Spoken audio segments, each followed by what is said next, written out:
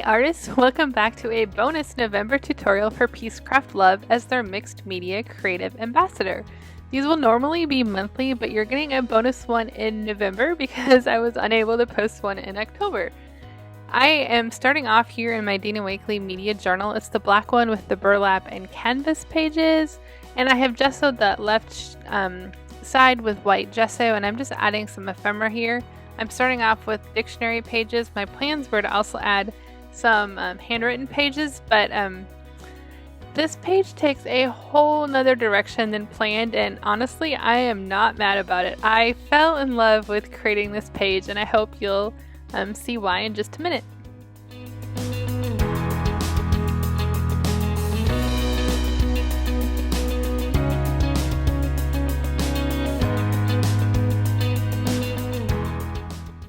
So I just had a little happy accident there a little bit ago when I was talking, and I had crinkled some of this dictionary page on my paper, dictionary paper on my page, and I love the texture it created.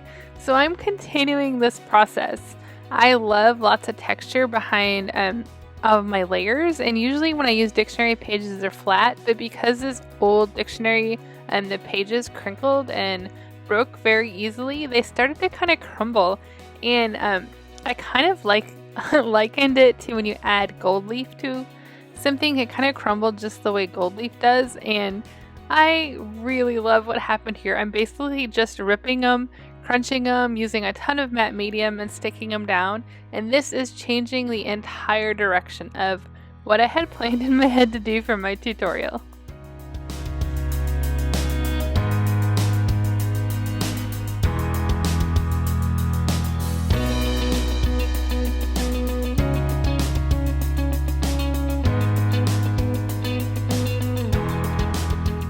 I'm kind of creating like an explosion here from left to right, like the paper was whole and then it's exploding, or at least that's what I'm trying to create. I wasn't sure in the beginning if I was going to create on that canvas size, and then I thought that I would try to stick the paper to it to make this kind of like exploding effect, and it worked. It stuck to the canvas page, and now I'm adding a ton of matte medium just to make sure all my paper crumples are stuck down.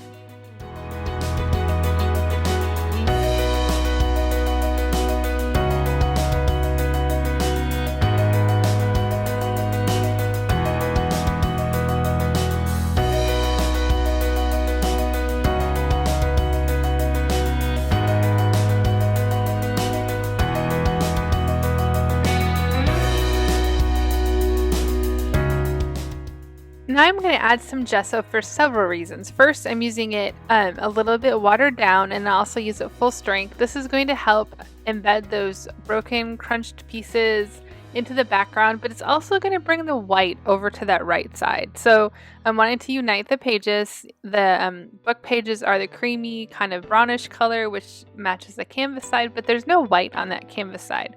So I'm first wanting to add the white over there, but I'm also wanting to add that gesso so that it creates a surface for the paint that's going to hopefully be on that page in a little bit.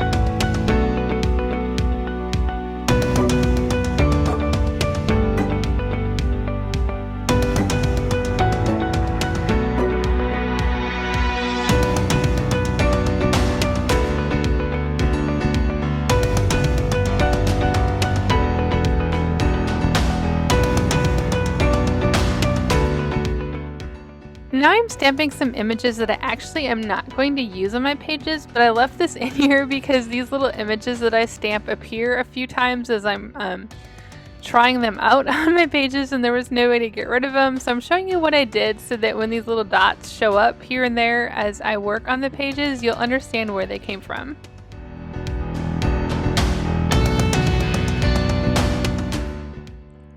So now I'm going to start adding some color. Now I kind of had this color palette in mind a little bit. I wanted to use olive for some reason. I don't know. I had seen somebody else's artwork as I was scrolling through Instagram, and it had a deep olive in, and I was like, yeah, no, I haven't used olive in a while. I think I'm going to try using olive.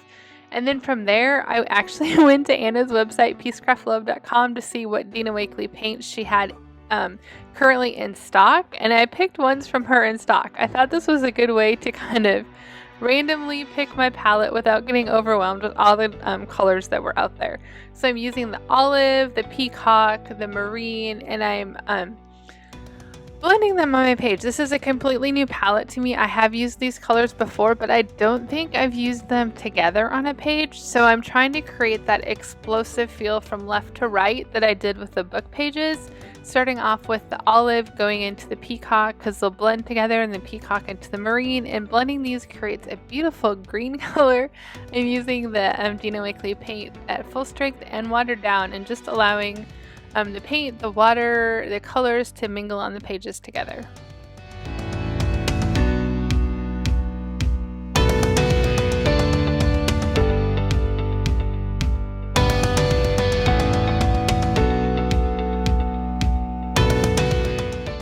Then I like to use my hairdryer on the pages. I use it on the cool setting. Heat will not do good things to acrylic paint because it is plastic and it melts. However, I'm using it on the cool setting. I like to help use it to help dry the pages, but also to help move the paint around. I find that it helps blend the paint a little bit better and gives you some random movement. You can control it, in the direction of the hairdryer, and it adds some fun streaks and drips and elements that you can't really create in another way.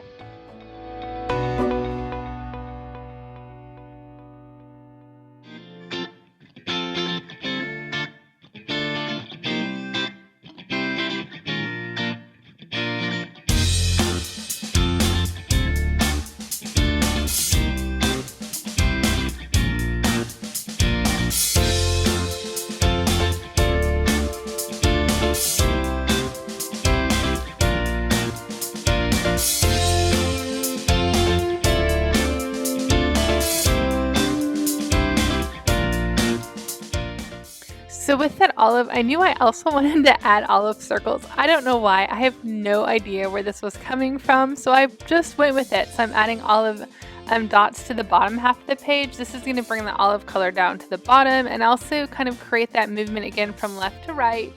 I'm kind of strategic here a little bit so they kind of move in a line, but also not really worrying about them because I really want them to look kind of explosive and random.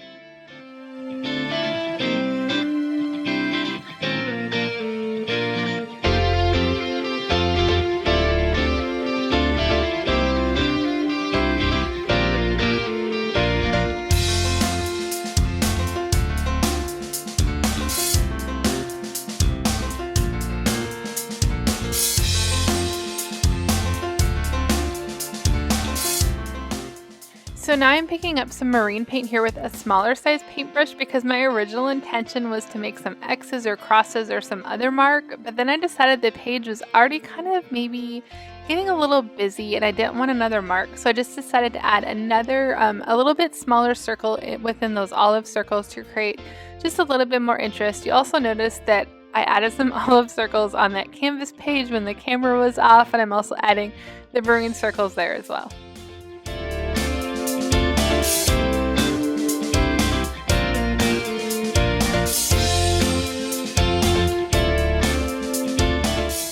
On my last order from Peacecraft Loved, I picked up these two new pencils. They're both black. One is a watercolor, this one right here is a watercolor pencil, and the other one is a water-soluble graphite pencil.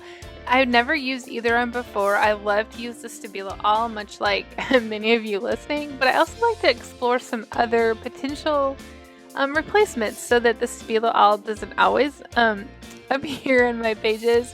So my first one here I'm trying out is the watercolor pencil. I'm going to use both of these similarly to how I use the Stabilo to kind of compare, contrast, see how they perform, see if I like one better than the other, if there's a purpose to use a Stabilo or a purpose to try something new. And so I sketched that watercolor black pencil around the dots, and I'm also here activating it just like I would with the Stabilo. I'm finding that it's a little softer than the Stabilo, so I'm now going back when there's already water on my pages and adding that watercolor pencil around again to activate it to make it just a little bit darker.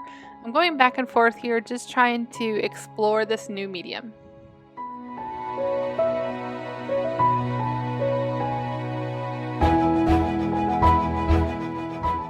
also just about to create a little puddle with this medium. This is one thing that I like to do with the Stabilo as well. I'll scribble it on my palette paper, or in this case, it's a patty paper. I'm going to scribble it in the water, or just scribble it down and activate it with the water to create a puddle of the medium. I'm going to use this to shadow and shade around my page to add a little bit of grunginess. I do the same thing with the Stabilo, so I'm really kind of just testing out this new to me medium.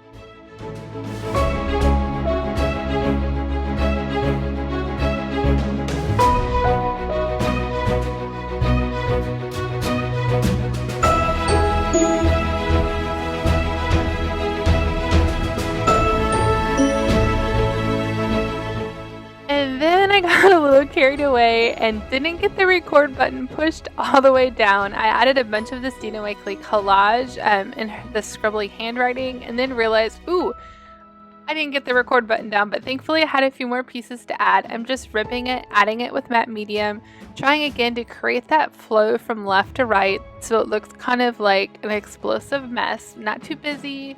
I'm adding little pieces here where I feel like the flow isn't working, and trying to make it look just pleasing to the eye, really. I'm taking some time looking, staring at it and deciding where I need little pieces. Like that one, I thought it was supposed to be there, and then I moved it to another spot, and then I see a hole and I add some more. So I'm just trying to make this writing flow from left to right.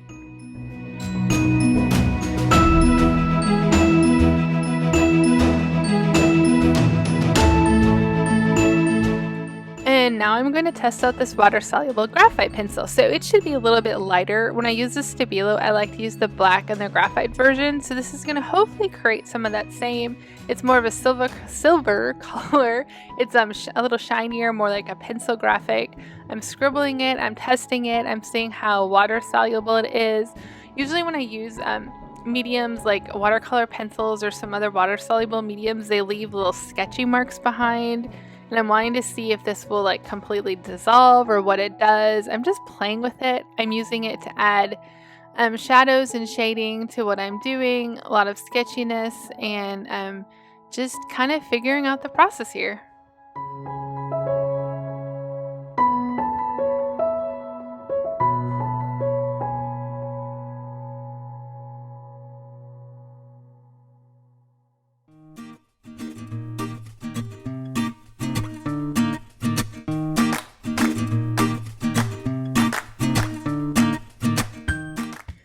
So at this point in my page, I have a lot of horizontal craziness going on. Things are flowing from left to right. I need just some kind of vertical element to kind of ground my pages. So I grabbed this new chevron stencil by Dina Wakley.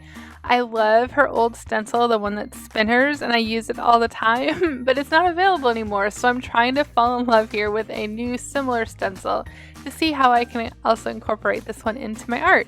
So I'm using a foam applicator here with a tiny bit of water in that, I'm forgetting the name of the color, eggplant. It's eggplant's the color. I use that to just stencil with the applicator, and I'm just using a little bit of water and my paintbrush to kind of like mess with it a little bit. I didn't want it to look perfectly stenciled. I wanted it to kind of match the background, kind of soften the edges, using the paintbrush to remove some paint, to fling it on the page to add some distressed kind of look to it, and to also spread that color throughout the page and not just in my stenciling.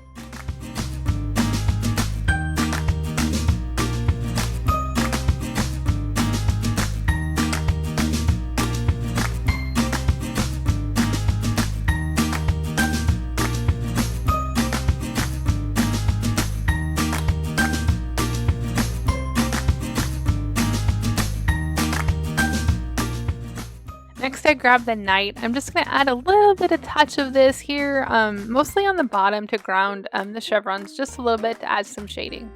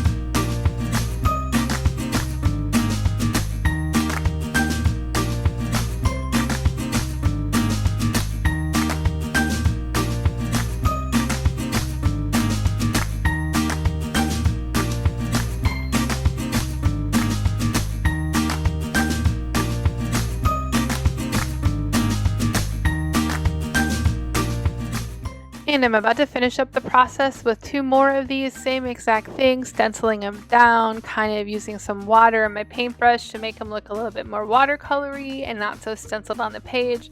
I'm going to flick some of that paint more to the right to add that explosive feel from left to right. And you'll see why in a minute why I was kind of planning on doing that. I'm going to add a little bit of an interest there to that spot, and I want it to tie in.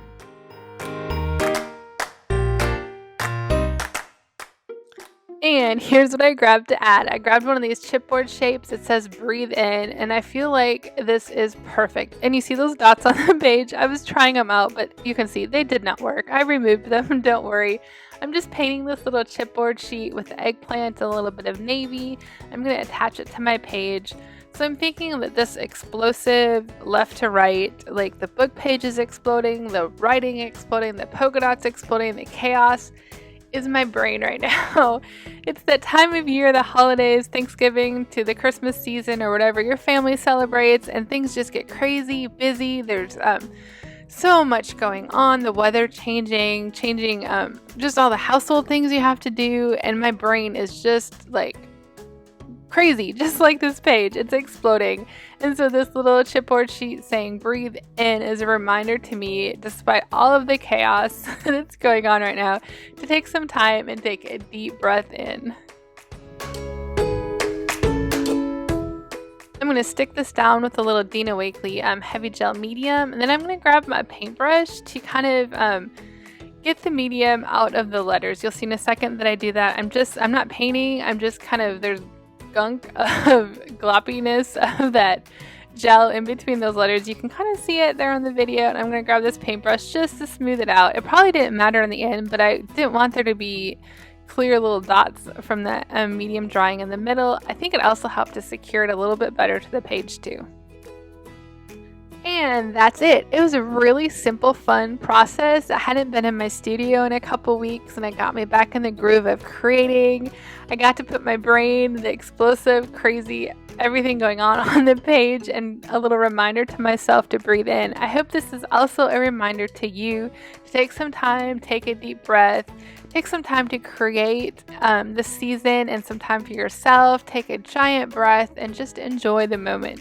I hope you enjoy creating. If you try this tutorial or something similar, tag me on Instagram, tag PeaceCraftLove. We'd love to see what you create from this tutorial. I hope you have a wonderful holiday season. If you're going to do some shopping, I just want to remind you that PeaceCraftLove is an amazing website giving you 10% off your order with the code Nicole sent me 10.